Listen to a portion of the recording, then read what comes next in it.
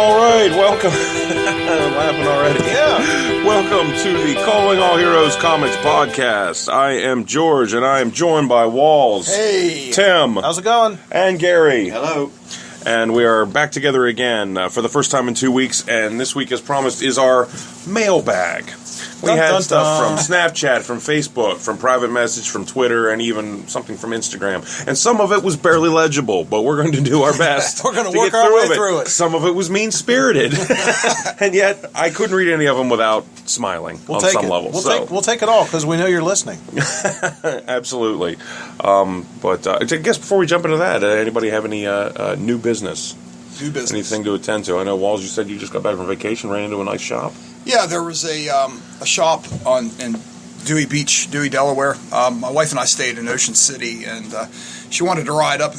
Dewey has a little small boardwalk, like sort of, I guess you'd say, quaint. It's not really super crowded. Yeah. It's pretty neat. I was just shocked. We were walking around your traditional beach shops and things like that. There was a gaming/comic store there. It was cool. They were featuring all new stuff. That like I told you, they had maybe half a dozen or a dozen back issues behind the counter, but it was mostly new. The most impressive thing, though, was that they had a lot of independent stuff, or things that you find, as we say, in the back of previews.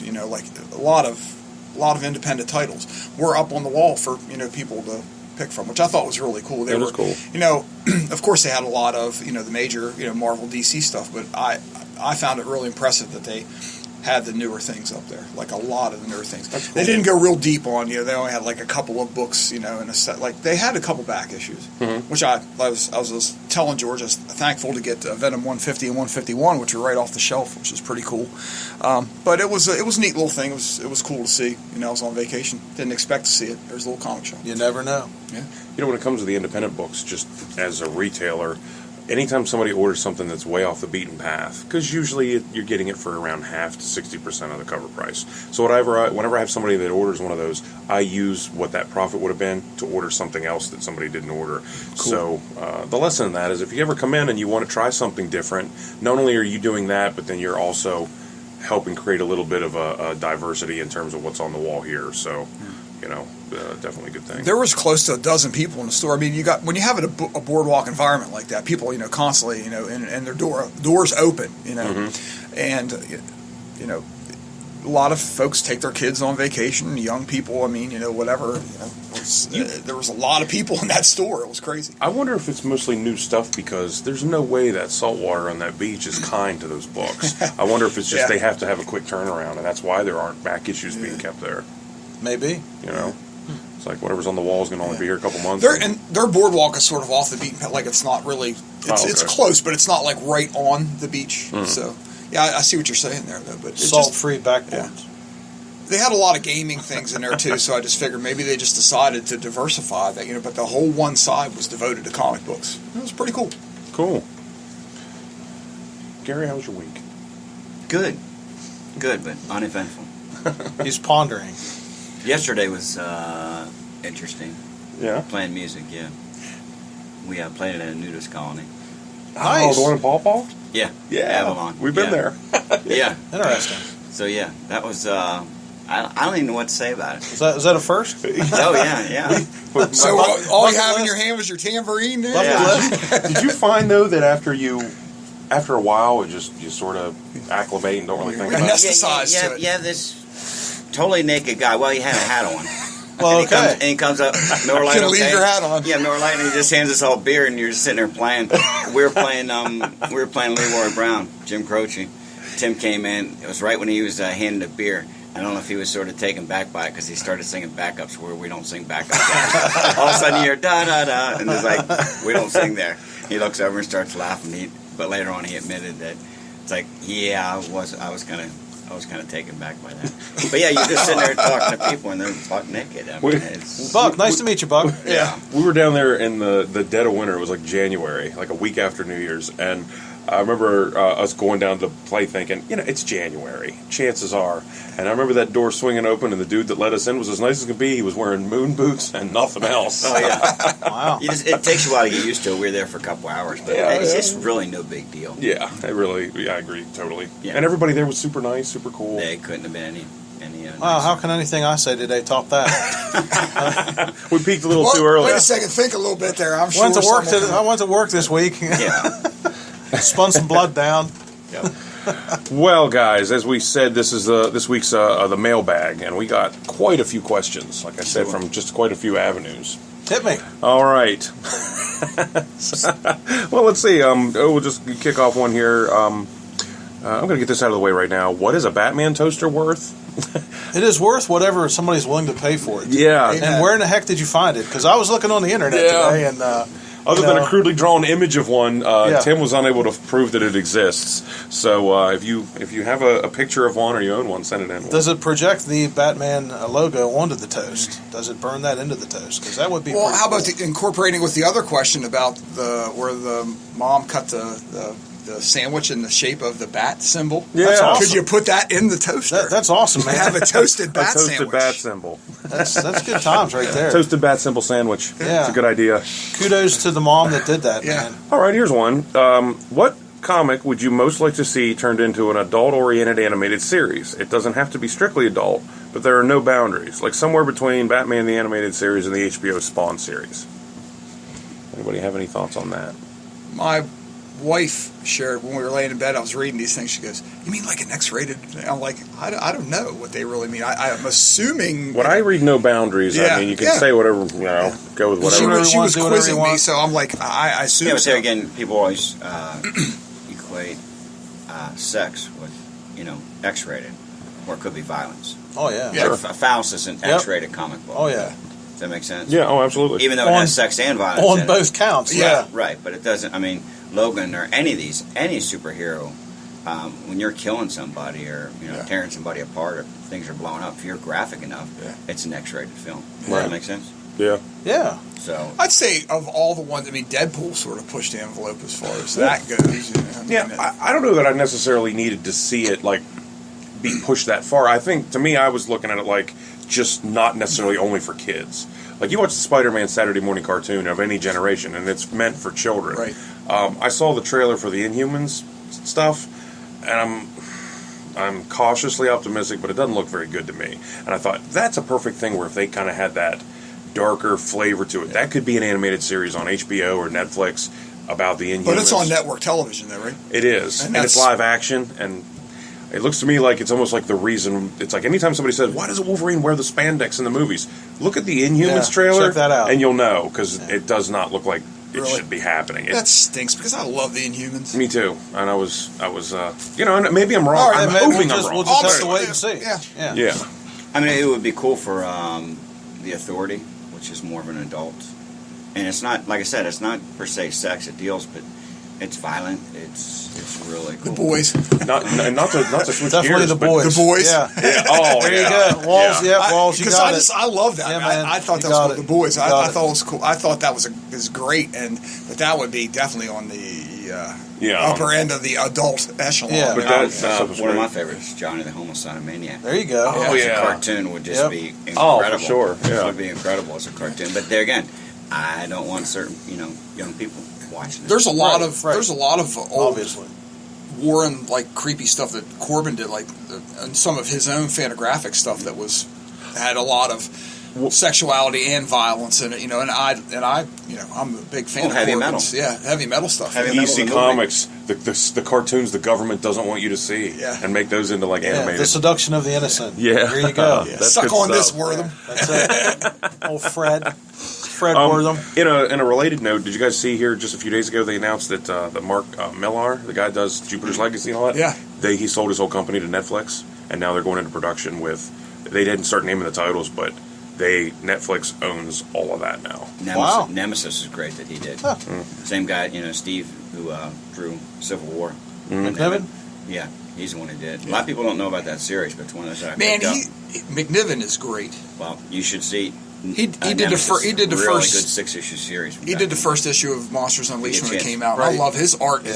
I think his art's incredible. I really like it. If you can He's going find to be the involved Nemesis about trade paperback, get it in here. 'cause Okay. You guys will really enjoy that. Okay. Which I'll check addresses it something I was thinking. McNiven's going to be at Baltimore, and someone had written or had posted the question of what do you think's better, Baltimore or Monroeville? Monroeville. That's hands down Baltimore. I totally agree. Like by several country miles, I Yeah. think. I- At one time, Pittsburgh was definitely competitive with it, but that's before Baltimore, I think, really took off. I totally agree. We never went to Baltimore, to my knowledge. I mean, how many years? Like a dozen, 15 to Pittsburgh, something like that? Yeah. It's hard because you and I went in, I want to say 96 or 97 was the first year we went together. You may have gone sooner or earlier than that, but that was the first one I'd ever been to. And I don't know whether the show was just that much better then or because I'd never been to one. You get a lot more jaded and cynical as you Yeah, go. your first No, time. because I will always- tell you, it's such that- a cash and grab No, now. it was Oh, yeah. it was good. No, No, the it was good. celebrities and the artists and stuff were Yeah. huge. And, Yeah. I mean, they had big names. Like I said, unfortunately, most people know Michael George, who runs it, him and his wife Renee, he gets arrested, on murder charges and stuff, and gets sent back to Michigan. Wow. You never No. seen the No. MSNBC? Yeah. Yeah. The comic book murders. You can look it up on Negative. YouTube. It's on Yeah, there. Never saw it. Yeah. I'm sheltered, man. Yeah, the guy, like I said, he got tried and found guilty of killing his wife back in Michigan. Wow. It was Originally, originally it's up in Wimber, Comics World. Yeah. Well, that's who puts on the the Pittsburgh. She Comics. sold- I I think knew that, she- but I I think didn't she know sold about the her whole interest. murder thing. I think Renee sold her interest though to like WizardCon. So it's like it's That not, explains the Yeah. big Yeah, I mean, price and jump. there again, yeah. he was great to us. Yeah. I got some great books off of him, but he knew everybody. He knew everybody on speed dial. I mean, from Neil Adams. I mean, Yeah. he was huge with the Top Cow guys. When we used Turner, to go to the show, he Silvestri. would talk to. He'd come over. I mean, he's the event, the organizer. He would talk to Right. us. He would share a couple minutes with us. I mean, he'd say, "Hey guys, what's happening?" But apparently staged. They said someone broke in the store and like his wife was killed, and they later find out that he was the guy that did it. Yeah, witness Well- came later on. We don't need to try this here on Yeah. our podcast and stuff, but yeah. Well, I Pretty know crazy. with the Pittsburgh show, I mean, they're obviously not in direct competition with Baltimore for the most part, but when you live smack dab in the middle of the two, Right. we definitely look at it like that. And That's I closer believe- for Pittsburgh for us, really. I mean, you knock a half an hour, 40 minutes off of it at least. It is a closer Yeah, ride. yeah. I'll tell you what, though, I agree with you. Like, if you were going to put it on a 1 to 10 scale, I think the Baltimore show's a 10. Not even That close. puts Pittsburgh at like a 3 or a 4 these days. Back in the day, even par, but now, Oh, yeah. Baltimore for sure. Well, I think it's going on now, maybe. Or is it this week or next weekend that the Steel City Toy Show's going on? And it doesn't even occur to me to drive up there. Yeah. But, which goes right into one of the questions I had somebody ask, and I'll see if I can locate it here real quick. Let's see. Give me 1 second here. I'm sorry. You guys never dump on anything. Well, there you go. I like that. Are we not allowed to say shitty? I mean, I guess. Well, Sorry about that, airwaves. I like that. I like that, but I think that sometimes stuff is pretty crappy, and you guys need to be honest about the crappy stuff. Well, here you go. The Pittsburgh Comic Con compared to the Baltimore Con is crappy. This is crappy. Yeah, it's a cash grab. Yeah. I've been there about the last 4 years, and last year was the last time I was going to go. Went up because of knowing about wanting to open this store and then having this store and thinking I'll find some deals. It's a cash grab. I don't know what other word to do. You just feel like you're getting ripped off at every turn, from paying $35 to walk in the door to the celebrities wanting $75 or $80 for a picture with your own camera to. It used to feel like a flea market that was everything you wanted to dig through, and now it's more like a big retail store. It's Blockbuster Video. I'm glad I haven't Well, been the there for a while. the celebrities they have too are more like, I guess, what I saw the last time I went were like show oriented or like I don't know. Yeah, like TVs and TV personalities. The comic artist realm had really shrunk down. Well, as the superhero genre expands into TV and movies, I think that's only natural that's going to happen. But it also just takes away from. I don't have a what we problem care with it. It just about. doesn't interest me. I Right. mean, I'm there for comic artists and stuff. I'm Yeah, I can't zero imagine. problem. I With can't imagine what San Diego costs for a weekend to get signatures. I just can't. It's got to be hundreds or thousands. Of Astronomical. dollars. I mean, just crazy. This is the first year my cousin Mike didn't go. He goes every year, and it's first of all trying to get tickets. Yeah. The It tickets, sells out pretty the quick. tickets for what was it 4 days ago? The tickets, you buy a ticket package. I think you can get individual days. I'm not sure. He always bought a package because he would go out there. They said they go like boom, like now. crazy. Yeah. Yeah. Yeah. There was a documentary on either Netflix or Hulu where they followed like 4 people through the San Diego Con. Like one was a guy that ran a comic store that was trying to break in as an artist, and then one was a guy that was planning on like proposing to his girlfriend, and then the other one was the guys at Mile High Comics and how they were having Frank Miller come in to do a signing at there, and they had a certain number of books they had to sell, and then one was for somebody at Midtown Comics who was their first time being in charge of the Midtown booth. And so they're following all 4 of these people through the con, and they were just interviewing all these people saying, when you go there, you better have one thing in mind that you need as your top priority, because it's literally the only thing you're close to guaranteed of.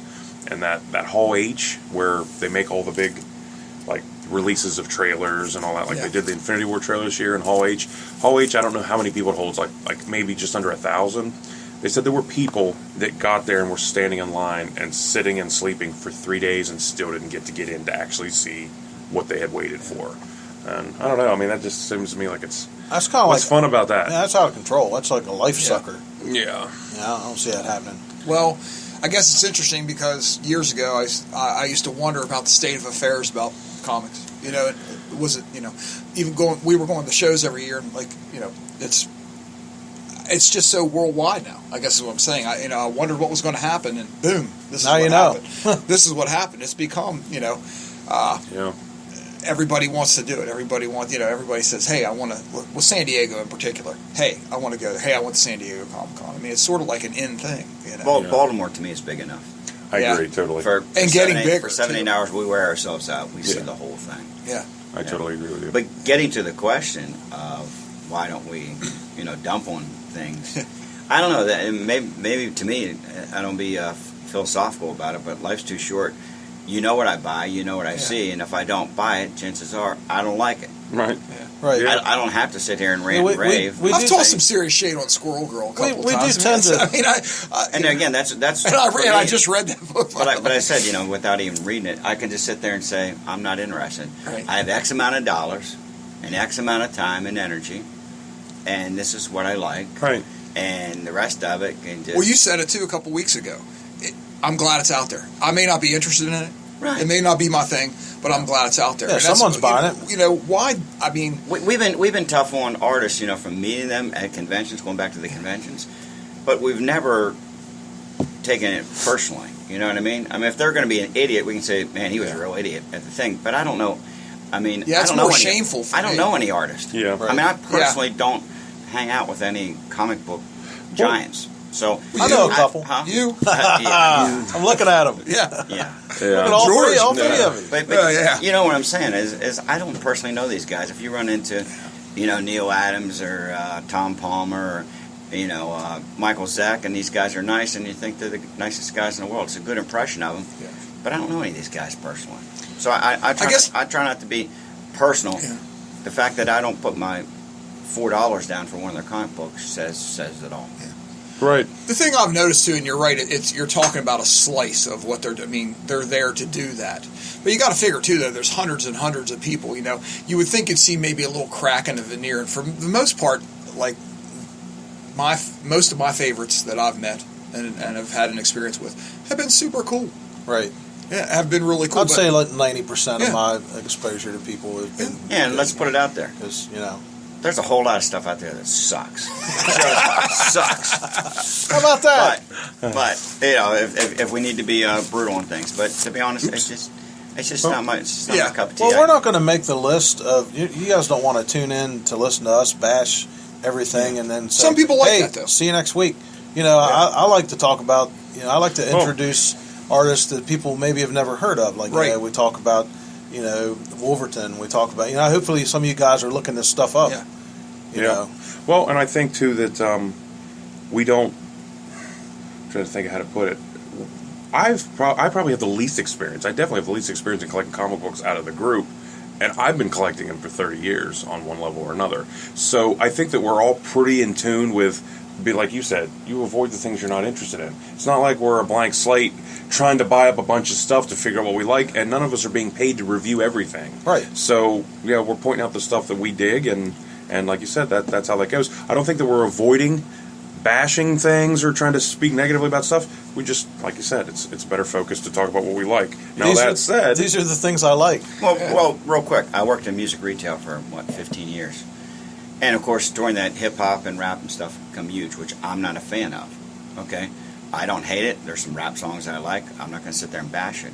But as long as it's not my credit card that is being used to buy these CDs, I could care less. Do what you want. I could really care less. Do what you want. Yeah, there's no reason to take an offense to something that doesn't affect you. I mean, it's not affecting your wallet. It's not. It's some people though they see something they're offended by it. Don't look at it. Right. I just don't pay attention to it. Well, one thing that comes to mind, and it was huge, obviously in the '90s, is the Image books. Anybody that looks like an Image Jim Lee ripoff, I won't even pick up the book. I won't even pick it up because I didn't like it. I semi liked it then because it was very innovative. But anybody that's still doing this 10, 15 years later, that looks like they're just trying to rip off Jim Lee or Rob Liefeld, I just turn it down. So, any you artists out there that look like that. But it was funny too during that time frame though. A lot of guys evolved from that. Shaking his head. A lot of those guys evolved from that though. That ended up being like Jay Lee, who was involved in that. We just looked at that Batman cover. How cool that is! A lot of guys. There was a lot of they developed. Yeah. I mean, yeah. There's David Finch is one. Yeah. Who you could say came in around there, and he Look how Keown's stuff looks now. Right. Yeah. I mean, it's amazing. I mean, Right. it was amazing then, but it's But I'm more saying amazing there's still now. some people there that look like they're still trying to draw Youngblood or We got two. Wildcats. We Go got ahead, George. We got two questions / comments that were kind of negative, so we're just going to get them quickly out of the way, okay? And not even talking about the one about us. All right. Yeah. Somebody just wanted to point out that they're not huge fans of Books A Million. I think the less said about that, the better. Okay, what's the worst artist or comic related? I'm going to say comic related celebrity appearance you have ever had. I'm with you guys. I got mine. Mine's Al Feldstein from EC, the classic. He was huge with Mad Comics. And I came up with, I think, 4 or 5 EC reprints that Gladstone did back in the 90s. And he was charging $20 for a print to sign it, his print. And then he'd sign your books. And that was one of those times in Baltimore, I just didn't have the money. And he kind of looked at me and said, "Well, you're not gonna buy a print?" And I'm like, "No, sir, I don't have the money. If you could just sign a couple of these books." And like I said, they weren't worth anything; they're just reprints. Yeah. One of the classic, with the quicksand with the zombie and holding stuff. a guy in the quicksand. Yeah. Tales from the Crypt. And he just sort of looked at me, and I just sort of looked at him, and I just picked my books up and walked away. And I had a conversation with him. I think that he had me confused with the guy behind me who'd have a stack of books that was, I guess, one to get signed. So obviously he passed away a couple years ago. I never got his signature, and it was one of those real sour Let down. Let down. Yeah. Because he's known to be a very funny guy and everything else, and it's like, buddy, I just wanted you to put his little signature on. I love these books here, man. Come on, give me a little ink. You probably got paid when I bought these. Can you just sign it? Yeah. So that's mine. I mean, some artists have been great. Some of them have been even better than great. But I don't think I have a whole lot of bad experiences. I can't even think of a bad one. Well, there's sort of a funny one. Dick Ayers said Kirby couldn't draw, how did he say this? Westerns or cowboys things for crap. Since and I just sort of like chuckled inside, like, really? That's your thing, I mean, that was it. Come on.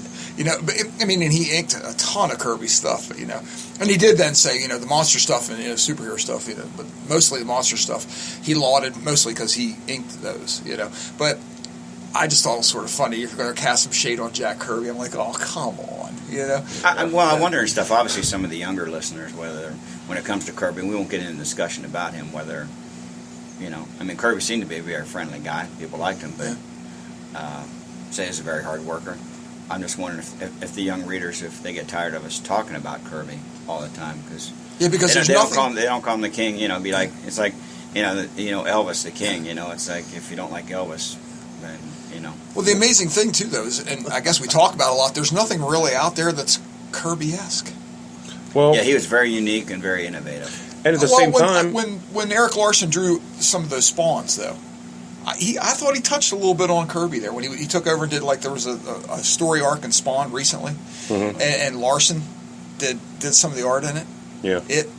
I got a little thumbs up in my head going, wow, that's really got a little Kirby flair to it. Well, It's neat. like Kirby, that has the same thing with the Beatles or Elvis. That is, you can say you don't like them. I mean, I don't have a problem with you if you don't like them. Yeah.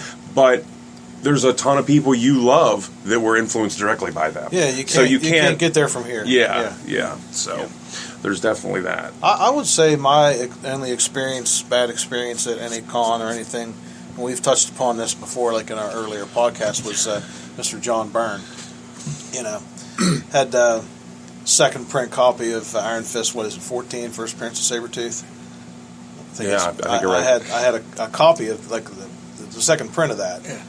And I went up. I'm standing there, and I had like a Next Men or something. You know, something that was hot at the time that he had been doing. This is one of the first shows I went with you, in the early '90s, and he was signing everything. He was signing my stuff, and he signed the Next Men, and he saw the reprint of the Iron Fist, and he takes out this freaking stamp with his name on it, and he stamps it right on front, John Byrne. I'm like, nice. What? Why didn't you tell me that? I mean, just don't even do that. But I don't know. That's actually one of those. That's probably rare. Yeah. Yeah. Well, You still have it? Yeah. Yeah, I have. Oh, But the thing is, if it's rare, it was rare somewhere. ironically. He was trying to be a jerk. Yeah, and point taken, he was. You know, and I took away. I'm like, okay, well, Well, let me put this. fine. He did something to that book you didn't want him to do. right. Without The fact asking. that he stamped it, it's his stamp. He stamped it. Yeah, So, yeah, I don't know yeah. if it's any different from signing it or whatever. But Yeah, I was just kind of like, didn't you touch upon this? They're all printed. It's not his Not artwork. signing original Right. art. And then all of that is just the printing. Yeah. It's that's funny. but I think I was like 6 shades of red, man. I was like embarrassed and pissed at the same time. I was just like, well, all right, We're then. supposed to the nerds are supposed to be okay. We're supposed Yeah. to be. This is our safe haven, and you're basically judging me. You're beating me down because I brought a reprint. Thanks, buddy. Did you destroy that check that they sent you when they reprinted this book? About that. But mine was, and I've between actually meeting and shaking his hand, which he wouldn't do, off to I guess I'm going to say 5 different times I've been in his presence, and not to speak ill of the dead, but Adam West, he's a huge jerk every single time I've ever been around him, and I've never talked to anybody that said he was anything other than that. I won't bore you with the stories, but I know 4 people that have had direct interactions with him. Oh, did you have a good time with him? Mm-hmm. Really? Monroeville. Wow. Well, great. Yeah, well, he was. And John Byrne was 1/4 the Mid-Ohio Con. I think what Well, it is. I mean, if I wouldn't have given him that reprint, I think I probably would come away What differently. it is Gary has such a sunny disposition. Well, it's that's hard. You true. can't be mad at that face. Yeah, you can. He's going to brighten up an otherwise cloudy day.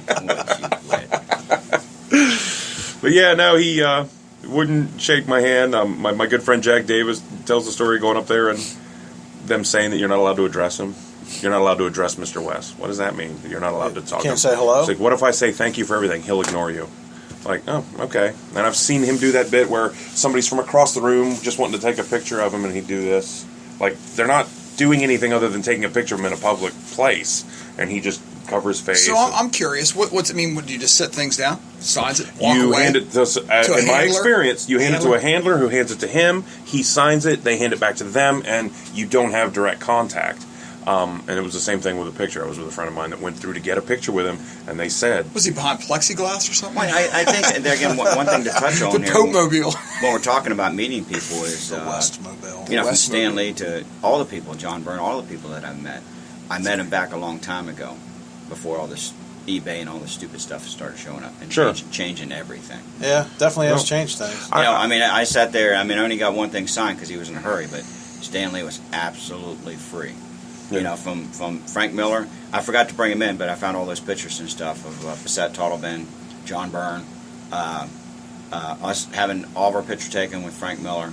I mean, he's just standing there, just as friendly as can be. Just hanging out. Yeah, Sincabbage, they're all sitting. I'll bring the pictures and document it. We can put them up on the podcast. They're all from the Mid-Ohio Con. They're all absolutely free. And I bet you the convention, there again, we're going back to 86, 87. Might have been $10 to get in. yeah. Well, and I don't begrudge anybody their right to make their money, but A, when you're making that kind of money, you can have a positive attitude when you're working with people, and B, you are not making any money off of a picture of Adam West from 15 yards away with nobody in the picture but him.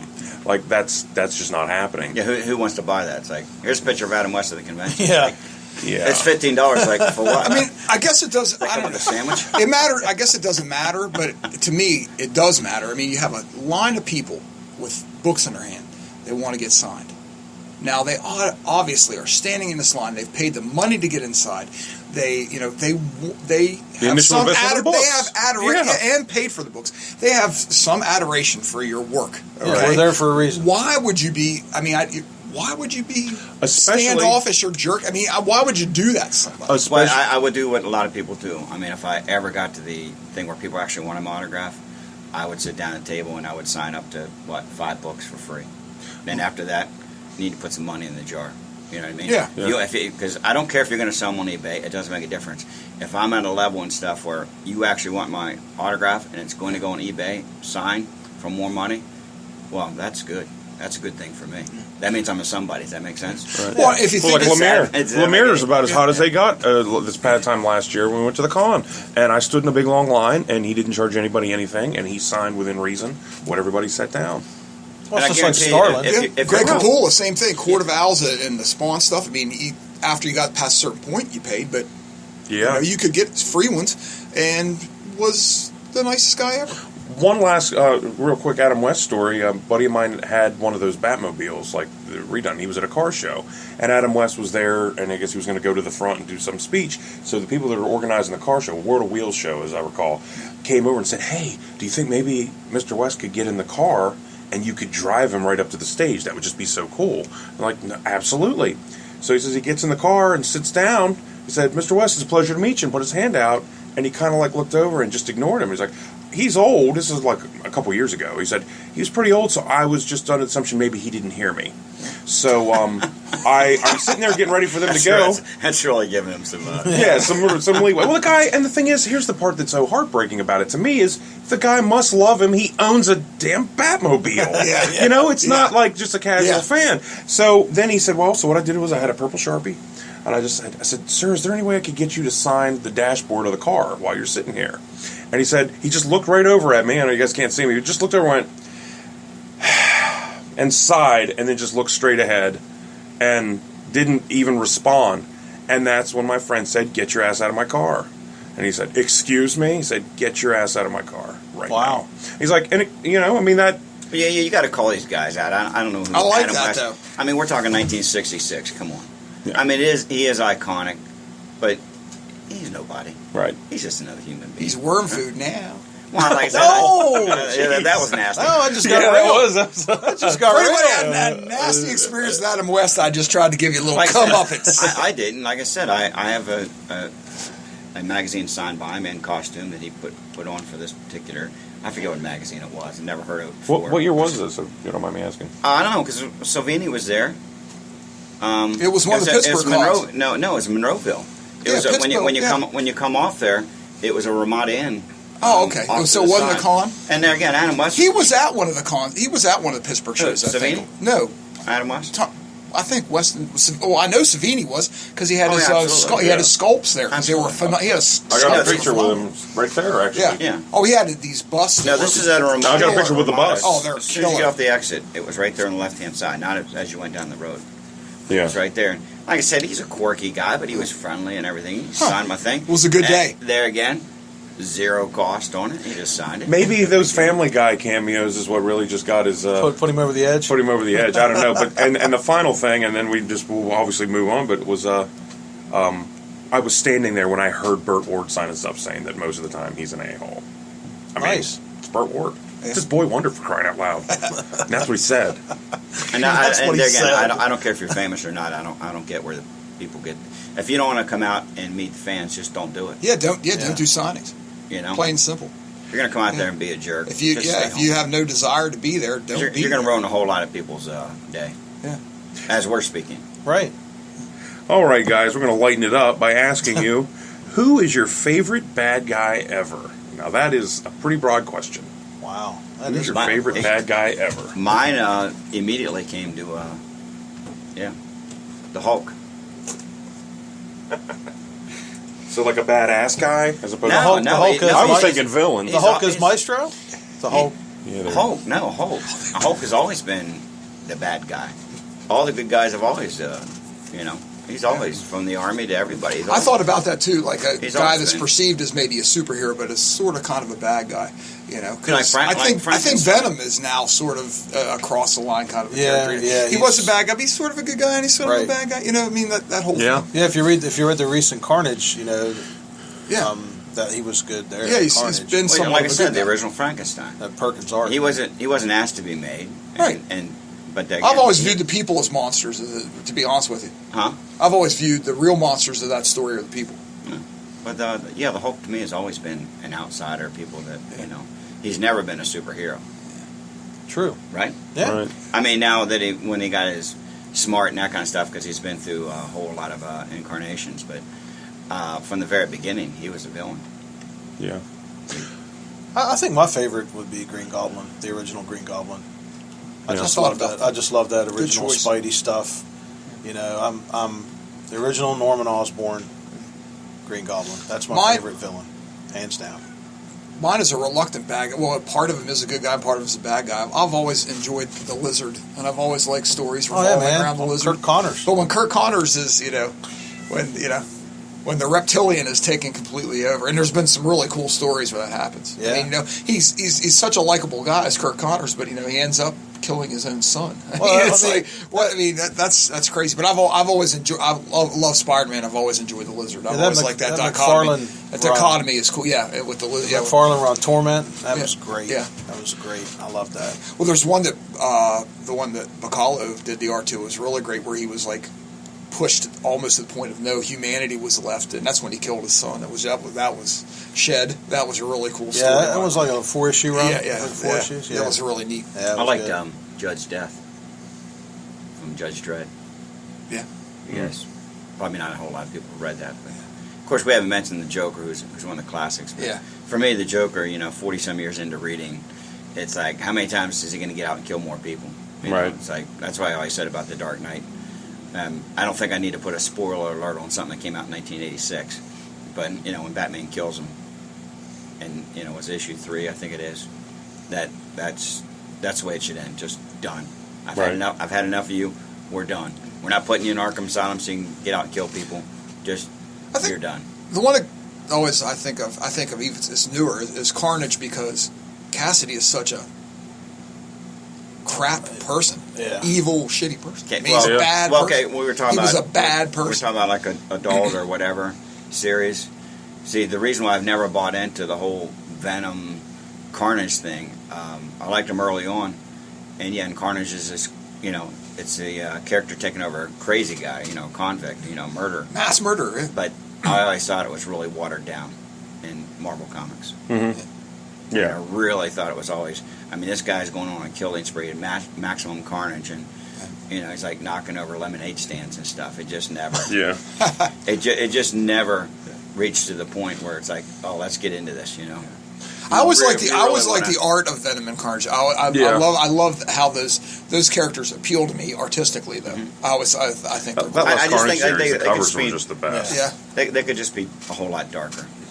My bad guy, I was trying to think of somebody that never did anything good, like to be my favorite one. At first I was going with Skeletor, and then I saw the He-Man Christmas special where he gives those little kids coats because he's tired of listening to him whining. I'm like, no, that's nice. I think I missed that one. Darth Vader at the end, he flips. I must have missed Spoiler, that. 35-year spoiler alert. He becomes, the good guy that helps, defeat the Emperor. And I was sitting there going through it. Like Shredder did it with the Turtles. Like, you can't pick anybody that doesn't have those moments. Even like Doom has an affinity for Reed Richards. He'll come around from time to time. He bails them out. Magneto. There's one guy though that even when he does something nice, it's part of a bigger plot to just benefit himself, and that is C. Montgomery Burns, Mr. Burns from The Simpsons. That's my all-time favorite bad guy. Okay. Yeah. Since you were delving into that cartoon deal there, I thought you were going It to said say bad guy. I That's thought what you it said. I thought you were going to say Gargamel from Smurfs, man. No. You know what? I one thing I have a little Release tolerance the for, hounds. and that's incompetence. He never caught and or ate one single Smurf. How can Those you are the tell? Ramones, sir. How can you Release tell? the hounds. How can you tell if a Smurf's choking? What color did it turn? Oh, All right, here you go. Walls, Uh oh.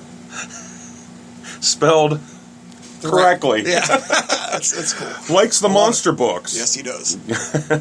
In case you didn't know, Yeah. you like the monster books. Yeah, I do. You must have tons of them. Yeah, I have a few. Are there any that you're still on the lookout for? There's a book that I look at every time I go to Baltimore Comic Con, and it's never in a price range that is realistic. It is Weird Mysteries number 5. It has probably one of the most iconic. It's been reprinted numerous times. Of the head of the guy almost looks sort of like a monkey. It's like almost a zombie crossed to a zombie monkey coming out of boiling water, and they're removing the brain, and the hands are around the brain. This book, I mean, if you see it, it's like That's one classic that's one of the 50s top, yeah. horror comics, but it's I think it's Gilmore, I believe, Weird Mysteries, number 5. And not only is it one of the best covers ever, but it has a classic, seldom reprinted Basil Wolverton story called Swamp Monster in it. That is super cool. It's awesome. I'd love to own an original one, but even ones that are in the 2.5, 3.5 range are going for 6, 7, 8 bills. You know, Wow. if you want, you're getting into several thousand if you found this in like a 6 or plus probably. Wow. But it's a really cool, for me, it's a really cool iconic cover. And as a runner-up, ironically, I have this book, but I have never seen Rich Corbin did Death Rattle number 1. And it's all done in purples, greens, and reds. It's with this skeleton in the center and all Yeah, these we look for it all the time. monsters below him. I have a VG fine copy. If I ever found a and they got to be out there, like a very fine near mint. I've never seen a very fine near mint copy of this book. Yeah, and you probably only pay $40, $50 for it if you did. Yeah. But It's one of the most stunning. It's one of my favorite. I have it hanging. It's in my house. It's standing where I see it every day. But my copy is not that great a shape. I'd love to find a nice one. But yeah, the Gilmore Weird Mysteries 5. Look it up. It's great. The cover is just, you just look at the cover and go, man, I could love to have that comic book. All right, well, There you go. We'll bounce over to you, Tim. Hey, Tim and Georgie, you ever going to just cover the effing movie or that your title says, or is it always going to devolve into unrelated impressions and dumb crap? I'm gonna say dumb crap. Yeah. You know, because that's what we do. That's what makes it a part of the Tim and George show. Because it's fun. We like to feed off each other, and we do actually talk about the movie. We might not, sit down and like dissect the whole movie. It helps if George actually watches it. Yeah. But anyway, I paid more attention to that movie than I did this comment, because my answer is you obviously listen to it, so if you don't like it, don't listen to it. I am not even going to pretend to suggest what I may or may not say on the next one. So I thought that was the fun part. Yeah, if you want it scripted, I'm pretty sure a bunch of people wrote a review about Spawn 25 years ago or whatever. Probably. Yeah. So there's that. Well, okay. Okay, Tim, I got one more for you here real quick. Someone asked if you would just go ahead and do your if I can find it, I just wanted to read it exactly how they asked. Can Ferris Tim Bueller. please do his Ferris Bueller impression that he started to do at the last movie podcast? We did touch upon that. When Cameron was in Egypt land, let my Cameron go. Thanks. And there you have it, ladies and And gentlemen. you're welcome. All right, tired of all the crossover events that just sucks up your money? Do you think, as I do, that the time has come for more stories that are just isolated to one or two issues? What do you think, Gary? Well, my feelings on that. I'm not much for crossovers whatsoever. I don't like crossovers, and I know we're going to touch upon it with the companies. I care less if Marvel and DC crossover. It used to be epic back in the 70s. Yeah, it was a big deal. And it was, but anymore. Well, you come to realize, like I said, when you get a little long in the tooth, when you start reading Superman versus Spider-Man or something, you realize nothing's going to happen. And after you get burned after about 4 or 5 times, you're like, nothing's going to happen. These are in two different universes. I think everybody's waiting for someday when something's going to happen, like Epic, and it's not. It's not going to be a crossovers. big thing. Yeah, I would rather just read Hulk and just read Hulk. I dissected Because this. nothing's permanent. Nothing. They're just going to, next summer, they're going to come up with another big crossover that's supposedly going to change the world, and people are going to die, and no one ever dies, and it just doesn't make any sense. I dissected it in a way too of like crossovers, as in characters within, like say within Marvel too. Yeah, because I- it said Marvel or DC. Yeah. I wasn't thinking them together. I like sometimes when that I liked it in the Monsters Unleashed thing because it was under the auspice of monsters. It wasn't like a Civil War thing or anything like that. I like that, but I tend to like the many storylines within the title. The Return of the Sinister Six and Spider-Man is just one that comes to me. Like Shed, the one like the 4-part. I like when they do like a maybe a 4-part story, 2 parts, whatever. However 5-part. Within a particular title. I like that. With the Craven. Yeah, that was across 3 different titles, though. Yeah. Too. Right. I mean, but that was cool, and you can always get the trade paperback, which I did. And Obviously. everybody enjoys the first time around. I think I don't know what Secret Wars basically the first big one. The original Secret Wars. Was there something before that crossed over everything? I don't remember anything. Because for me, I was a freshman in high school when Executioner song came out that ran through all the X titles. Oh, all the bagged issues, yeah. And Infinity Wars that ran through everything off of Infinity Gauntlet. I remember being a fan of both of those when that happened. I think it's like Gary said, if you're long in the tooth, it's all your age and where you are in the moment. Back in the 70s when you saw that big, Spider-Man versus Superman thing, Hulk versus Batman, it's like, wow, I got to have that. Right, because you're always wondering what's going to happen here, and I'm like 10, reading this, and it's cool, and even like the epic DC Superman versus Flash, the classic cover, I'm talking about. That was cool because my uncle actually had that, and I got to read that when I was a little kid. That's just kind of neat, but like Gary said, it's kind of wore off now. I'd rather concentrate on stuff that I really like, and I don't need all the Suicide Squad versus Justice League. I don't need that stuff in my life. Well, the Avengers versus Justice League was Yeah. big, or X-Men, Teen Titans, and it just doesn't go anywhere because when you take a step back, you realize this isn't the same universe. Right. I don't know how they finagle it. I thought the Judge Dredd and Batman crossover was really cool. Bees. That was one of the rare ones that actually worked. Well, if it's a good premise, then it doesn't really matter if it changes things in the end, as long as you have a good time while you're on the road. True. You know what I mean? And I think that's the thing is that Civil War II. I had probably 8 or 9 people in here that were like, "I want that book. I want to follow that." And so I order accordingly, and by halfway through it, nobody was even finishing it. Now those books, the cover price on that was $5.99 a copy for Civil War II, and they had the covers were deluxe and blah blah blah. But everybody was just kind of like, "Yeah, this isn't really going anywhere. I'm not going to throw good money after bad." Well, deluxe covers. That's going into another question. Yeah. That's going into another question about Yes. about the deluxe die cut, chromium plated, gluten free. What do you guys think about what seems like the return of the deluxe covers? Batman Chromium die-cut covers, glow-in-the-dark stuff seems to be coming back for the first time since the early 90s. This one's simple for me. Put 2 covers out.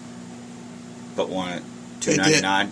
And they're doing that with DC. I don't know if you guys noticed in the previews they were talking about that. Yeah, when Kelly Jones did the Batman run, they had the glow-in-the-dark ones that had some die cuts, and they also had alternate... It's funny. It ended up that the alternate issue, that non-special cover, ended up being more collectible because they didn't print as many of because them. it's less print run. Yeah, but just it wasn't metal or. I wasn't something. aware that they were. I wasn't aware that this was like the variant covers have become huge. Well, don't ever bag a comic, ever.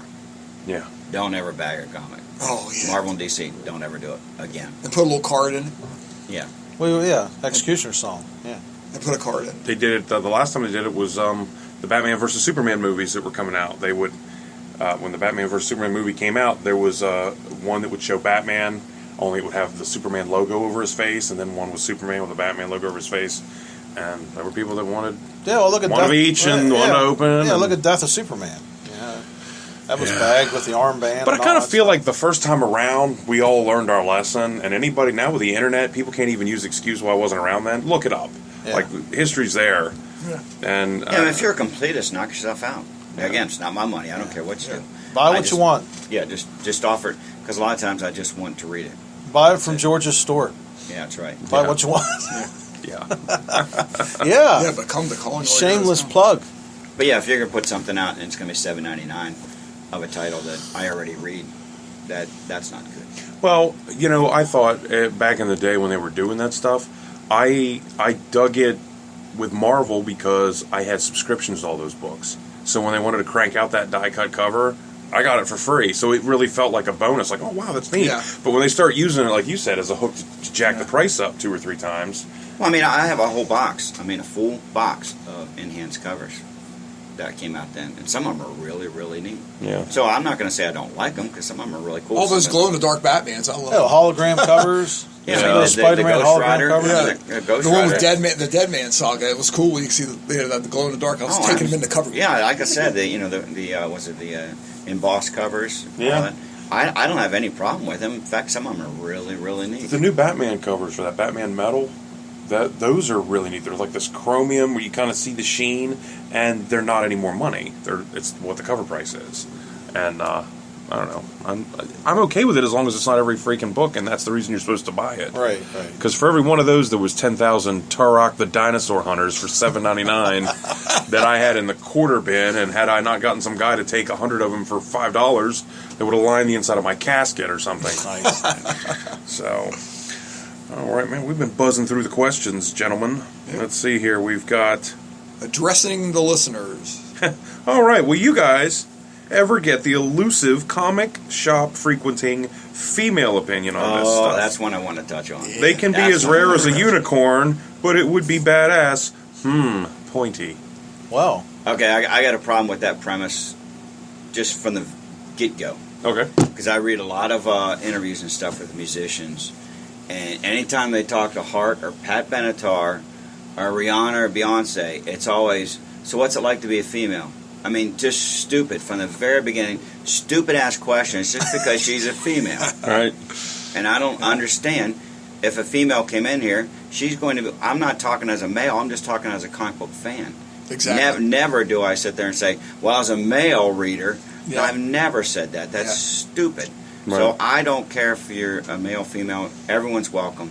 Oh, And your- sure, and your I agree with opinion- that. And your opinion I is- wouldn't expect a woman's opinion to be. I mean, if it's like different because she's a woman. I mean, it's about comics. Well, and I'm going to play devil's advocate here. Do you think? And I'm just throwing it out there. Do you think though that just at the end of the day, we're all guys. If you have a girl here, she's going to have different experiences. Sure.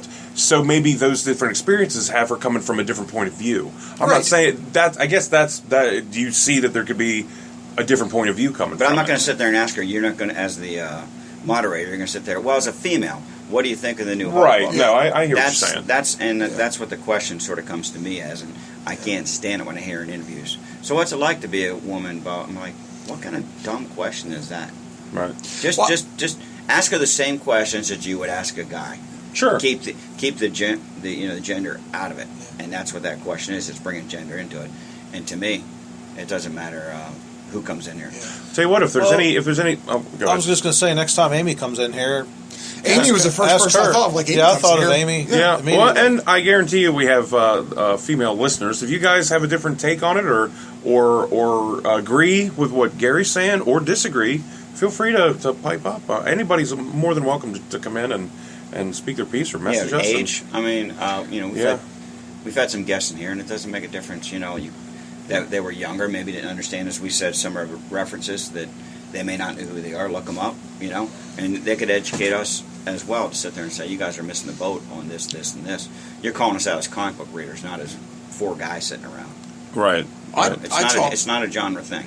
I talked to my daughter Olivia. It's her birthday today. Not that I thought. Happy birthday. birthday. And yesterday was her sister Mia's Yay. birthday. All So that's right, pretty we're crazy. gonna share with that Yeah, both of them birthdays a day apart. But to get back to it, Olivia and I talk about movie where she was never really into the comic book thing until she started really appreciating the movies. She likes the movies, and she just shares. I mean, she shares what she feels about the movie, and I don't think of it being any different as whether she's male or female, whatever her female point of view. I don't think really comes into point if she just says, this is what I think about the movie or this particular Right. character, things like that. I respect and would love a female's point of view. I just don't think it's going to be, I don't think it makes it different. I just think, Right. you have an idea about a character, you have an idea about a title, there's certain things you like. Doesn't matter if you're male or female. Yeah, it's not. It's not that cut and dried. It's Right. Yeah. Right. Yeah, I would say that having somebody come in, if you have a girl that comes in and her point of view might be a little different, the same way my point of view is going to be different than yours if we're a different age or whatever. You know what I mean? Just that, I think that's about the same. So it's like, oh, what are your, as a 40-year-old comic book fan, what is your, I was like, well, how about if I'm just a comic book fan? Yeah. I'll tell you what I think. Yeah, you're going to get an opinion of someone who's been reading 40 years. Right. You know, but that's about it. And the four of us, as good as friends as we are, we're all different personalities. Well, yeah. And no question. As much as Very much so. Yeah, as we get along. No, I That's could what tell. makes that one- If I didn't know before that, I knew as soon as I brought up Mr. Burns as my favorite bad guy. We're different people. Yeah, yeah. Well, it'd be pretty boring if everybody was the same. Yeah. You know, everyone's got their opinion, and Yeah, I mean, we certainly agree upon a lot of things, Yes, but we do. but we all have our. that's distinct, why we're here at the shop. Well, Yeah. like I said, we I don't all have mean our to be, distinct loves for different things too. Right. Though we all, I mean, we cross over. Impossible Speaking Man. of, yeah, Impossible Man. yeah, ripping on my dude from Pop Up. Somebody sent us a message that said, and I'm going to have to just read this, I guess, phonetically. I have hundreds of NOXONJ, it's and comics, and going to be on your Lodcast. So I don't know if that's somebody that's going to come rolling in. I don't know if that's a threat, a promise, or Bip, bop, bip, bop, bop, to or you, something buddy. to look forward to. Yeah. What is the? Yeah, what did you? I couldn't cipher that. Is it Minion? Is it I thought Minion? Exo Manowar. I'm like, what is that? What is that? I mean, what is? I couldn't. You know, I don't know. tried my hardest to decipher that. Send it to us again, and we'll be more than happy Yeah, to answer it absolutely. for you. Send us the key so we can decode Yeah. it. Image Comics is the best publisher, in my opinion. When it comes to creator-owned stuff, nobody even comes close. Do you think Marvel or DC will ever invite creators to maintain ownership of a property, but then publish it under their brand? I don't think that's their bag. I don't know why I they think would do Image- I that. don't, Image think, I has don't that- think they need to. Image has that market cornered, and Yeah. every previews I look at has more and more Image stuff in it that Yeah, but I disagree. I would I'm love a to. Dark Horse all the way. Well, Yeah. it's true. I'm They going started I it. was going to throw. I was going to. They started it. Yeah, they started it. Yeah, I mean, But I'm- all of my favorite books have gone through Dark Horse. I mean, Hellboy, The Goon, Roachmill, Flame and Carrot. Flame and It's Carrot. all been Dark Horse. You know- I think, and it's funny because it was either, you know, Sin City, all this stuff has all come through Dark Horse, and I think they were the people that Image. I'm not going to say they followed, but that was a good. Well, you wouldn't I have think it was Image a good without Dark blueprint. Horse. Yeah, I think that's a very interesting point of view, though, too, is that all those things you just mentioned have been around for the best part of at least 2 decades, maybe more. And so Yeah. they were the cutting edge. And I think, I don't know this person, I don't know how old they are, but my guess is if you're saying that Image is the best company out there, you're probably a little younger and or open to some of the stuff. Like, Image puts out stuff that some of it I'm just like, I have zero interest in this. well, Right. IDW puts out some good stuff. Yeah, but You know, I so- think that Image maybe is that company, and I'm generalizing, but Image is the company now that Dark Horse was 20 years ago when it comes to cutting edge, trying new things, Sure. and throwing. Oh, it I out give there. a Yeah. lot of credit. Yeah. I'm just partial to Dark Horse because Yeah. they still publish a lot of things that I like. Yeah, Sure. point taken. Let me ask you this, because you guys were around for it. The Dark Horse, Image, I think it almost feels like they're throwing a lot of stuff at the wall to see what sticks, and I don't think it's out of desperation like Marvel does, but I think it's letting a lot of people try things and see what happens. Did you notice back, 20 years ago, 25 years ago? I think they just did the 25th anniversary of Dark Horse. It was, or maybe it was longer than that. Maybe 30. 30. 30. Yeah, It's 30 years. Yeah. Did you notice in the first 5 years or so, was there a lot being thrown out there? And what we see now, like with the Hellboy and all the books you just mentioned, those are the ones that survived the test of time. But was there a time when there was a whole lot of stuff trying Oh, to see what absolutely. worked I mean, and some of it fell by the wayside? I still have all the concrete, Oh, yeah. the Jeff Darrow stuff from back then. Yeah. Hard Boil was Yeah. Dark Horse, wasn't Was with Dark Horse. Yep. it? Yeah. I mean, because They were the first ones that did like the Aliens Predator stuff too. Well, they're the first ones to really trumpet creator owned. Yeah. Terminator. Well, and then buy all those properties like Terminator, RoboCop. Right. Yeah. Yeah. And I have some of the Aliens. Corbin Yes. did one of the Alien series. Yeah, so a lot of the Pretty companies cool. like IDW and Image, Kelly IDW, I Johnson. know they aren't they the ones that have like Transformers and Yes. Turtles and all that. So Yep. they're keeping all these things alive from back in the day. Yeah. Mhm. But yeah, Dark Horse, like I said, they were first. But if Image is throwing new stuff out there, that's wonderful. I'm not putting one Dark above Horse the other. Presents. I remember like always picking it up, looking to see if there was something that that The Mask. yeah. The Jim Carrey movie. It's all coming from Dark Horse. Yeah. So, but yeah, that is a long time ago. They've been around 25, 30 years.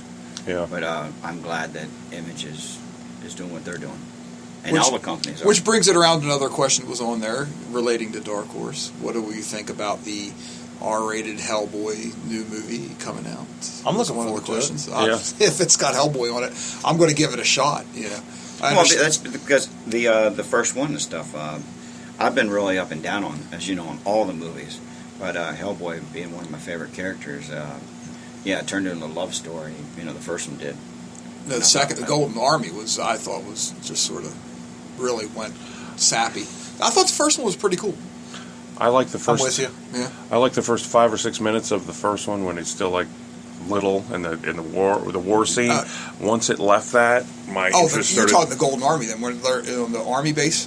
In Yeah, the the very- winter time, in the very Christmas opening. time. Yeah, Yeah. I love that too. Yeah, that's Golden Army. That yeah. scene, I was hooked, and then every minute after that scene ended, for about 15 to 20 minutes, my interest dwindled to where I sat through it, but I don't ever need to see it again, and I never even bothered with the One second of my one. favorite characters in the world, Abe Sapien, is listening to what was some sappy. I forget what was some. I was The like, Manilow?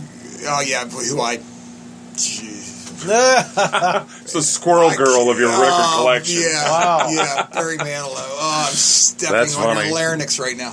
But yeah, when it got to that, I was like, "You Nice. gotta be kidding!" I mean, You're that still very didn't. dark. Yeah, that didn't beat Worm Food, but it came pretty close. You're very dark today, Walls. I'm sorry. But I'm excited because I'm excited. Walls, the I'm edge of excited. darkness. I'm going to turn around the good side of it. I'm excited about because I love Stranger Things. First of all, Yeah, and the sheriff is going to be Hellboy, yeah, whom that's a I pretty good call. respect as an actor. First of all, and I think I went down the list. I'm thinking, whoa, what a What? great pick. What? Huh? Who is? Stranger Things, Yeah. the Netflix Hoop, series. the That guy, kind of the guy that plays the sheriff in Stranger Perlman's Things. not going to be Hellboy. No. Are you serious? it's a complete relaunch. Trust me. Just trust me. Hey, hold on. Oh, crap. You trust can me. hear his disappointment. You and I have been friends longer than anybody in this room. Just trust me. He will do it justice. Trust me. I know. See that trust right there? Wah, wah, wah, wah. No, he's yeah, really they- cool. He's a good actor. He's a great actor. I wasn't on board with both the movies story-wise, but Abe and those guys in costumes just Yeah. out of this world. Yeah. I mean, you couldn't have picked a better person to play Hellboy. Yeah, I mean, Perlman, put some makeup on him. He's Hellboy. I mean, unbelievable. Yeah. First time I saw it, I was like, that couldn't be any better if you tried. Yeah. Well, this guy's got the stature. I'm just telling you. He just Did you guys look at ever? Did you guys ever see that thing? It was the last time I saw him actually do it real time was like a year ago. And how long has it been since his movies came out? Wow, it's been a while. Yeah, but like as little as a year ago, Ron Perlman still puts all that gear on to go to children's hospitals when the Make a Wish Foundation says they want to meet Hellboy. Yeah. He still puts all that gear on and then goes in and like spends the time and makes the trips and stuff. Which is how freaking awesome is that? and I'll agree. He was perfect. Yeah. He was perfect. I mean, absolutely. Well, we're going to be in the same boat with Hugh Jackman. I mean, who's going to be Wolverine? Right. Who's doing that? Right. Yeah. And like I said, I really wish he would have stuck with it because he's just now starting to look like Wolverine. Yeah. Wolverine. Well, you never know, man. All it takes is a good script and a few more zeros on the end of that Yeah, some check. dollars. Yeah. Yeah. Yeah, who knows? Well, we've all identified with him. Who kn- Seriously, as a character, Yeah. we've all identified with him as Wolverine. I mean, Who knows how more many so more than any adventures of they'll get in between now and the time the films become unprofitable.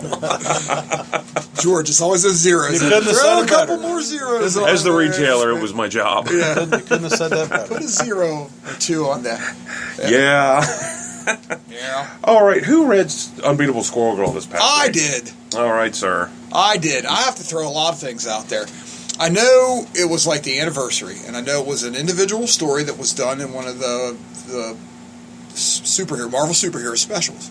But what I never realized all these years that I've been like poo-pooing Squirrel Girl, that one of my all-time legends of legends, Steve Ditko, did the original story. Really? In the early 90s when it came out. He didn't write the story, obviously, but he drew the original Squirrel Girl story. It was in the 90s when he was he did a couple covers for Marvel. There was a couple monster series that came out where he did the covers and maybe did like a pin-up and things. And apparently at that time, when he was somewhat still, I guess, Approachable. briefly reunited with Approachable, Marvel, yeah. he did that story. So from a collector's standpoint, that book is, I don't know, anywhere from $50 to $80, I guess now, because of her being a current character that some people are into. I can't, I read the origin story. It sort of reminds you a little bit of Spider-Man, except, but she's born, her parents shelter her, she has a tail, and she can leap. Okay, and there you have it.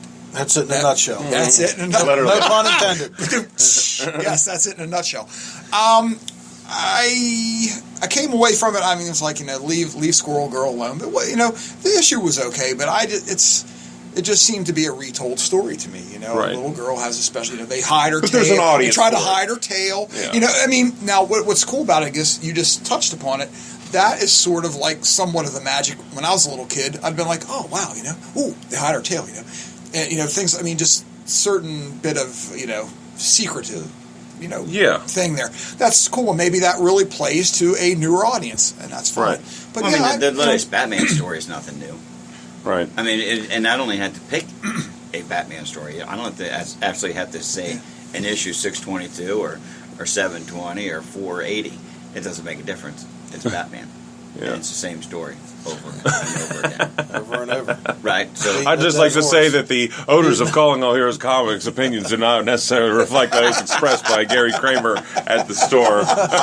Please come in to enjoy each and every completely individual, original, and unique issue of Batman sold at your local retailer every single month. We got them all. yeah. Come on down. Little disclaimer. Save. All right.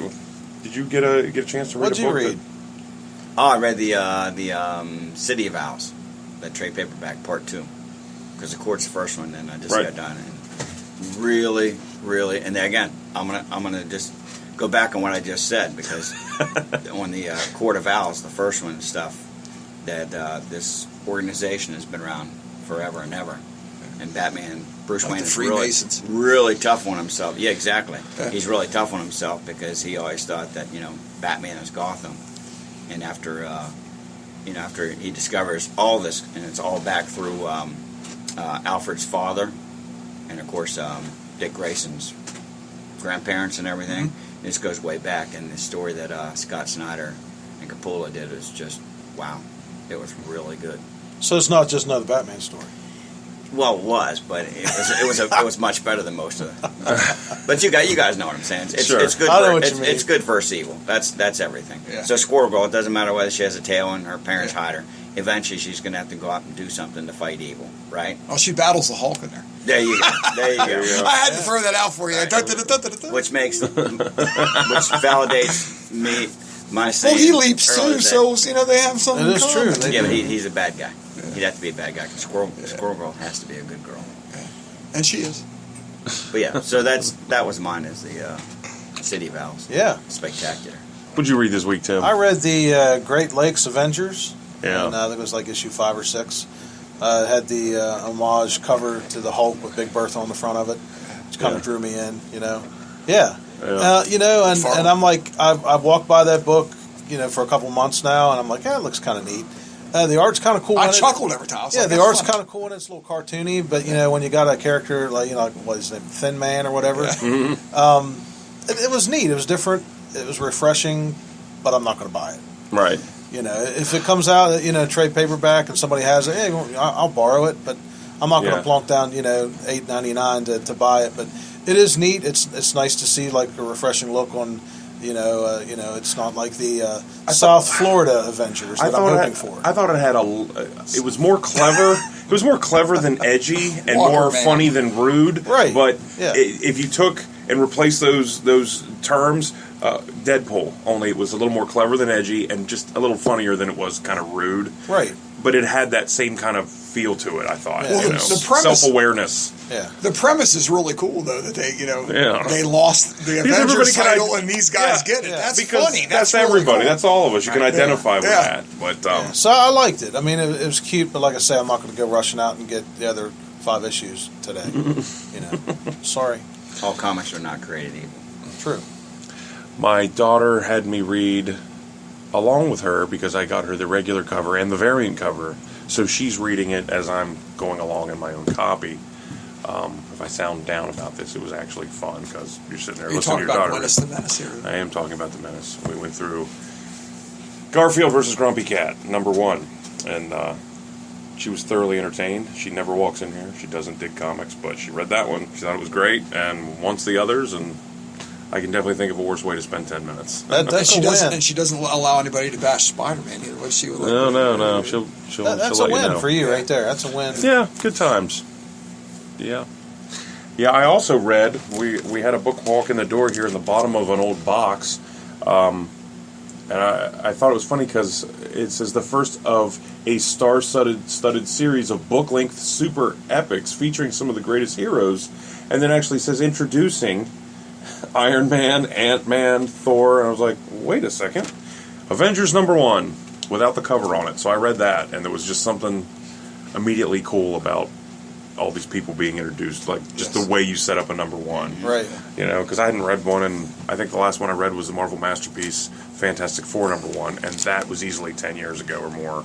So I don't know.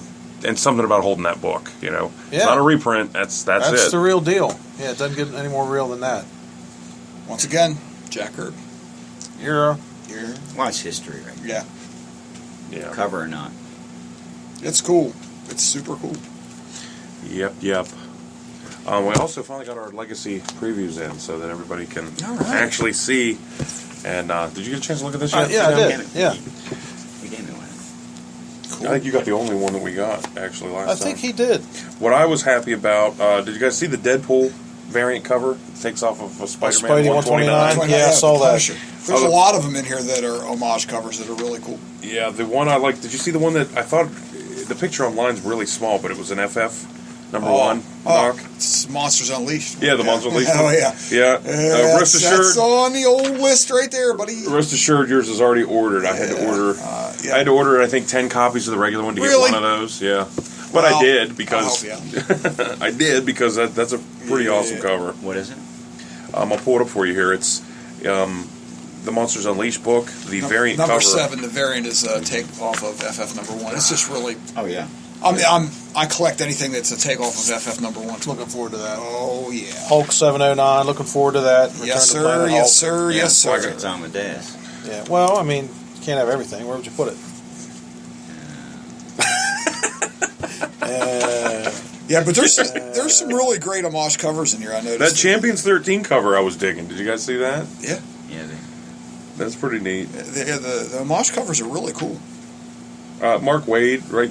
So you got a picture with Mark Wade 3 years in a row at the Pittsburgh Comic Con, and all 3 times he was kind of like, "You want a picture with me? Okay, sure." This is years ago. The third time he goes, "Didn't you ask me for a picture last year?" So I Third got it. time? What happened the third time? What's funny is the 4th time I went and I had gotten all 3 of the pictures of us for all 3 years and put it like on a strip and printed it out and took it up and was like, "Hey, would you sign it?" I knew you'd done this like 3 or 4 times. And he signed it. But yeah, he was super, super cool. That's neat. Yeah. Yeah, I think Marvel's finally coming around here a little bit. I hope so. I call that the Ass Kissing Tour 2017. Is that it? Yeah, because I love They're- this Falcon one because that's a 70s. Oh, yeah. That's just really 70s, early 80s. Looks like Nova. Yeah, they're all. they need to wheel out sooner than later. Sooner than later. The Return to Planet Hulk. I'm pretty. That just makes me happy. And of this course, might be we're one of my favorites Yeah. right here Yeah, We're talking about with the claw in the back. Yeah. Black Panther. That's we're cool. talking about the Squirrel Girl and stuff. the Squirrel Wolverine Girl's- variant there. Yeah, that's She's cool. Yeah. fine. Just straighten up the other titles, the main titles. That's all I'm asking. Right. Get Hulk back to where it should be, FF where it should be. You can put whatever books you want out there. It doesn't make a difference. If I don't like them, I won't buy them. But get right with the main titles. Well, and in order to get right with Fantastic Four, you have to make the book at all because the Yeah. book's not in It's here. non-existent. Nope. As I long see as Johnny Blaze is coming back. That's pretty cool. as long as Like he's not driving a car. Yeah, he's on a motorcycle. Like I said, I does his face still look like the Green Goblin mask from the Spider-Man that Sam Raimi made? No, it doesn't. That's good. It looks like a flaming Terrible. skull. Boy, that book. Terrible. If that book was a movie, it would have been like what my dad said. Every time we'd go to a movie theater and they'd play like a trailer or something crappy, as soon as the trailer ended, he'd look at me and go, "That'll be on HBO in like an hour." Yeah. And that's the way that Ghost Rider book was. As soon as that showed up and I looked at it, I was like, this is horror. This is a Yeah. horrible idea drawn horribly. Yeah, there's some tough love. Yeah, it sort of catches you. You're looking at. Is that what? No, that can't. Yeah. Oh, is that? It got my is attention that at how good? bad it was. Is that, no, well, I'll tell you the one I know got you too, because we're big fans of Luke Cage. That Luke Cage Iron Fist Oh. art. I'm like, Dude, that like you said years ago, if you would have taken something like that to Marvel, like if you were soliciting your artwork, Right. they'd look at you and go, "Are you kidding me? Yeah.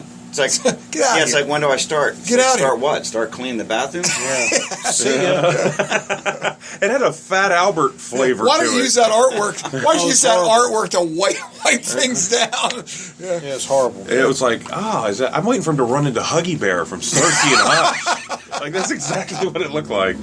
Oh, I dug the Rocket number 6 cover. Did you see that? Yeah. I did. Yeah, that's There's cool. some soul to that. Yeah. Oh, and can we just take a moment to talk about these Diodato covers on Old Man Logan? Yeah.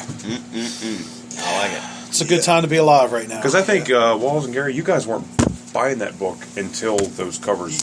I mean, was that? Well, in the am I wrong? storyline, Yeah, storyline, sure. yes. Yeah. Were You you know, big- I got the first 20 issues Yeah. and stuff. Man. Yeah. I was the one that came to the table late, and I like his art, but I like it a lot more. I mean, I'm really grooving on it now. At first, I was like, I like his art. It just wasn't me. And all of a sudden, this for some reason on this title, it's just really it's coming out. It's good stuff. And Yeah. Old Man Logan Good is something stuff. that they tried. It was obviously they just out of the blue did it, as you guys know, in their original series. So, hey, we're just going to do this time thing. And you're like, wow, that's really, really great. Yeah. And I'm still confused as to how they're going to all bring it back to, Wolverine, or if he's always going to be Old Man Logan. I don't know how he, it's always funky. So now he's back fighting Maestro, and this stuff is all futuristic and time travel stuff. And I'm still confused, right. but it's pretty darn cool. That's all part of the hook. Yeah. Yeah. That's, Well, that's how they Like I get said, there. we go back to them, and you guys, you read the Max, Sam Keith, the Max, back Yes. in the 90s. Yeah. And you're sitting there going for the first 12 issues. What the heck is he What even is- talking about? Yeah, because you love the artwork so bad, and it's so strange that Yes. you have no idea what's going on. Yep. And eventually I gave up on it. I'm going, Yeah. yeah. And I was like, I didn't every time I read it, but I just was such a huge fan of his. Yeah. Oh, I still, such a I huge still fan. have that run. It was a beautiful Yeah. book. Yeah. Such But a huge Old Man Logan, I'm rolling on it. That's still one of my favorite Hulks, if not my favorite Hulk. All the same The key. one that Sam and Kelly inked with Mr. Hyde. Yeah. It's Yeah, one of my. I have hundreds of Hulks, but Yeah. that's all. That's And at of course, the with top time list. travel, you eventually One had to shot. fix it. Well, Nothing guys, wrong with the one shot. Nope. guys, I want to just, before we come to a close here today, I wanted to throw out a couple big things here. Well, Okay. one big thing. Baltimore Comic Con. We are, according to the Baltimore Comic Con page, we are 41 days, 1 hour, 55 minutes, and 3, 2, 1 seconds away from that kicking off. It's a big 3 days. Frank Miller, our special guest, I think we all talked about the 100. Yes. I thought it was 125. It's actually 100. I noticed. Oh, they knocked a quarter off. Yeah, or something. Neil Adams is there, who, He's always there. yeah, he's Yeah. always there. Collecting his 30. At 40 was the last time I saw. Jeez. Yeah, I was just like, okay. Did we get anything? Did anybody hear anything about Magnola? Is he definitely off It's the off. list? It's off. I tell you what, it's two guys. Klaus Janson is off the list too, That which killed- I'm that like, killed me. I've been waiting my on it. my box just like 30 books just went plunk, out of the take them to get signed box. Man. Joseph Michael Lenzer's going to be there. I have a ton of stuff to have him sign. Ed McGuinness was number one for me anyway, and him and Miggs, but yeah, Ed McGuinness, really super excited for that. Cool. Tim, are you going to head down to that con this year? I'm going to try. Sweet. You doing the van thing, getting the van and all that That's stuff? what I wanted to do. That's what I'm you wanna working on the plan. I don't talk about it on the podcast, and then I get a bunch of calls and a bunch of people. Yeah, and a big everybody van. show up, hanging so out. officially, no, I'll be Yeah. going down on a motorcycle. Yeah, the caravan starts here. Yeah, we'll meet you. Actually, we there. love you guys. It's just there's a reason that you're not sitting Actually, here I'm right putting now. George on the back of my bicycle. Yeah. What's the date of the con? What's the date? The actual date? The actual dates are. Scroll back through the hundreds of 22nd, 3rd, artists they 4th, have something here. like that, of Yes, September. the 22nd, 23rd, and 24th. Okay, so we'll meet you guys down there at the 25th.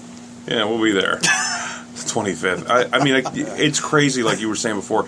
That con is so much more in terms of dedicated to the artists and the writers and the creators than I don't even know if it's fair to compare it to Pittsburgh because I think Pittsburgh's more Well, of there's an not autograph celebrity. I hound mean, there and might be toys. And 2 celebrities there or something. Yeah. That they have the lines for, but other than that, like I said, I'm surprised. Some of the artists, you can just walk right up to them. yeah, well, like our buddy from Lagoon and Hillbilly, Eric Powell. Eric Yeah. Powell. I walked up to him probably 3 or 4 times in the afternoon, and at any given moment there might have been 1 or 2 people. I was standing behind one person when I got my Eric Powell stuff signed. there. And Yeah, that to me is crazy. Greg Yeah. Pack, I was the first person in line. And we didn't, I mean, it usually takes a while to get it. It was early, but it wasn't like the beginning of the show. There were plenty of people in there mingling around. I was the first one to walk over his table. He was sitting there with his cap still on the pens and stuff. yeah. Ron Wilson. There was 2 people standing there talking to him when I went over to talk to him. Who was a super nice guy, very reserved, very Yeah. low key, but Yeah. super nice. I have several things for him to sign this year, too, so Sweet. pretty excited about that. Yeah, the story you had told about your brother getting a Recreation. a loose recreation of a cover, and I It thought, wasn't loose. Yeah, It was yeah. nice. It's fabulous. It would be hundreds of dollars if it was on a site somewhere. yeah. Oh, absolutely. Oh, it'd be It's full mid size. hundreds of Yeah. somethings. Yeah, it's really Wow. nice. Yeah, I was kicking around the idea because I knew what his price point was to get that done, and Mm-hmm. I'm thinking about getting him to do a cover. Was for that me done when I in get down advance, or did he do it? No, he did it right. He did it right there during the course of the day. Well, that, you know what, that makes it even more spectacular. Because trust me, I've seen it in person. It's gorgeous. there. Really? It's a nice piece of artwork. Yeah. He had. Well, you guys, if you were there, you saw it. He had the cover to the Marvel 2-in-1 with Thing wearing the boxing gloves. Mhm. He had not the original, but he had redone Yeah. that piece of art. And I thought that We was did the pretty cover solid. to John Suds Defenders #3, which I love. I don't know. That's pretty lot of characters on that cover. Sure. But that would be might even be worth asking. Hey, would Yeah. you do that? You know, Yeah, we'll see he's how it good goes. and nice. Tim, do What's you up? have anything before we peace out here? Anything else you wanted to add to this week's podcast? No, man, I'm good. Looking forward to trying to go to Baltimore with you guys. I've never been to the Baltimore Con. I'm I think you would enjoy it. Strictly a Monroeville guy, so Yeah, I think it'd be a great time. and it's I been know you decades would since enjoy I've it. been there. It's been in the '90s since I've went to one. Yeah. So Wow. it's definitely a culture shock. Well, I mean, I've been to a couple signings. Sure. I've got, when I went to meet like Mike Nesmith and Peter Tork and Mickey Dolenz and stuff, there was obviously a lot of that going on. I mean, Sure. the Peter Tork signing I went to, Adam West was there, and he was secluded off in his little wall, Just a little kinda- bat cave. Yeah, you couldn't snap a picture of even that area. People were putting their hands up. You can't take a picture of the Batmobile. Really? It's right there. I'm going to take a picture of it. So I did. As a shout out to all the promoters and organizers of these conventions, we're not down with any of that stuff. None Yeah. of it. Yeah. Where Yeah. So listen there. How about Pittsburgh that? had Stan Lee back behind, in this cave and stuff, and you couldn't even see him. I have no understanding. I know it was $50, and that was $50 Yeah. back then. Remember that? Yes, Yeah. I do. But if you can't even see him, take a picture from him, or get a chance Yeah. to say, "Hey, I seen Stan Lee." Blah blah. If you want to Yeah. brag to your friends, you saw somebody. Yeah. Putting him, if you want his autograph and it's $50, so okay, if that's a game you're going to play, then I'll get my $50 out.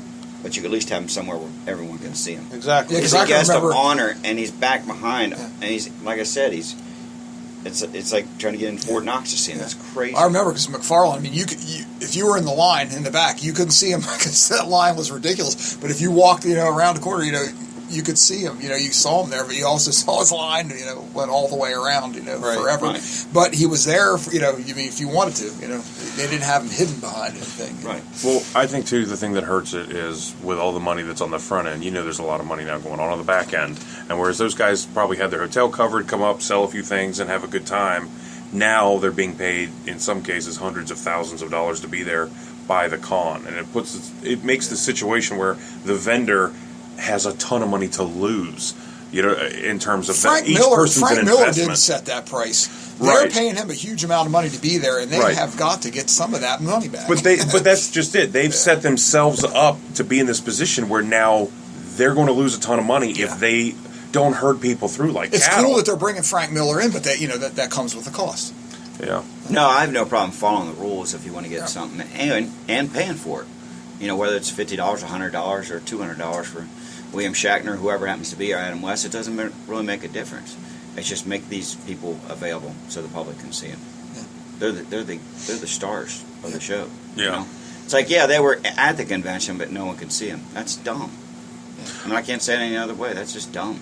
A friend of mine, guy by the name of Brian that managed the Spencers in Hagerstown, had showed me this picture. He said, we were going up to meet William Shatner, him and his buddy. He said, we're standing in this line, and we had it all planned out because you could have two people in the picture, but it was $175 to get a picture. But they had a professional photographer to do it and all that. And we had looked, and Shatner's always, he's always wearing like a polo shirt or a jacket or whatever. He said, so we came prepared. We're standing in line the whole time, and when it gets up to being our turn, it's like we opened our box, and we didn't have anything for him to sign.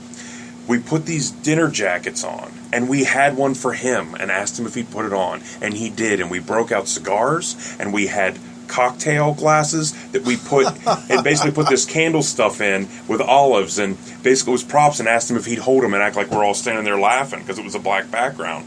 And he was totally cool with it and said it was great. And in the picture, he's like, we're having a great time. He brought it in, and it's them standing there going like laughing with him, like they're all just chilling out, having drinks and smoking cigars. Like, that is priceless. Like, that right there is, you made that $175. He's like, that thing is 3 by 2.5 feet, and it is framed and hanging over my couch in the living room. Like, he did the homework, put the time in. It's awesome. Yeah, that's neat. That's cool. I thought that was really neat. So I don't see us getting away with that with Stan Lee ever. Yeah. You put this on. Yeah, Sheldon Cooper. We all become Sheldon Cooper. Right. Restraining order. Give me something even better. Restraining order. All right, guys. Well, tell you what. Just something I was wanting to throw out there on the tail end of the podcast. We could maybe do. Anybody throw something out? Just a recommended reading for this week to anybody that's listening. If you're out there and you're looking for something maybe new to get into, you got any ideas? Just anything at all. Well, the True Believers just came out, 5 of them. Yeah. The Dollars, and these are big first group. Captain America's reemergence in Avengers 4. Yeah, there's Thor's first. Yeah. These are $1. Go read them. I mean, I picked them up because I think the covers are cool because they still look like old Marvel covers. Yes. And yeah, they're $1 a piece. Go read them. Yeah. One I'm going to throw out, we have it here, but you can get it, if you're not near us, you can probably grab it pretty well anywhere. We got the 3 trade paperbacks that collected the first 60 issues of the NAM. And it wasn't a title that I was particularly into, but I just started reading through it, and it's pretty good stuff. I mean, it's very intriguing, and it holds your attention. It's good stuff. And if you stop in here, I got it was always very well touted. The guy that wrote it was a real veteran. I mean, it reads like authentic. It's always gotten kudos for that, for sure. And I got all 3 of them here. They got traded in, but you're getting 60 issues in 3 trades, and it's a $20 pack. Cool. So whether you get it from me or you get it from Amazon, if you're not near me, I'd hope that'd be the only reason you'd go to Amazon. That's right. But, Books a million. Yeah. What do you get? Hashtag. Crap. I'm still on board That's with the Old Man Logan because that's just fresh in my mind. I just Yeah. read that, so I mean, we're all in love with it. All 4 of us agree about it. Yep. Four geeks can't be wrong, man. You gotta go check it out. You gotta check it out. Everybody's shaking their head. Yes. Yeah. Absolutely. Yeah, absolutely. That's my pick of the week. Since Eddie Brock has become Venom, I've been enjoying that. So Sweet. I'm reading it. Yep. All right. If you guys get a chance to stop in yeah. at Calling All Heroes Comics, it's facebook.com/Calling All Heroes Comics. Give us a call, 301-697-1909. We're also the official ticket outlet for Elite Pro Wrestling Alliance. We have a big show coming up here in 2 weeks. And we also just redid the whole book wall. I'm almost done. I'm about 85% done this wall. And we have, I'm going to say, around 30 Silver Age issues that are in low to mid-grade. So if there's some books, some early Avengers stuff, early Thor, early Hulk, early Fantastic Four, if there's any of that interests you, some early Iron Man. Teen Titans. Yeah, early Iron Man. So any of that may interest you, if you want to get, I'll tell you, I sold X-Men number 11. And did you see those? I did see it. Yeah, Yes. I sold X-Men number 11 and X-Men number 14. 14 was the first appearance of the Sentinels ever. Mm-hmm. You try to get that book, look it up. A 9.2, they won $1,800 for it. A guy came in and bought that book. I think we said it was a 1.5 to a 2. Yeah, it's pretty rough, but it was all there. But the cover was all there. You know, I mean, the stuff wasn't so much just that, Yeah. but a guy came in here and picked up a copy of X-Men number 14 for $35. So Fairly priced, ladies and gentlemen. yeah, Fairly we got priced. quite a few in here. So if you get a chance, stop in, and we will be back. Is everybody on board next week? Yeah. Sure. Absolutely. Awesome. All right. Well, I'm George, Walls. Tim. Gary. and we will see you guys next week. Should we say something? Go home. Okay.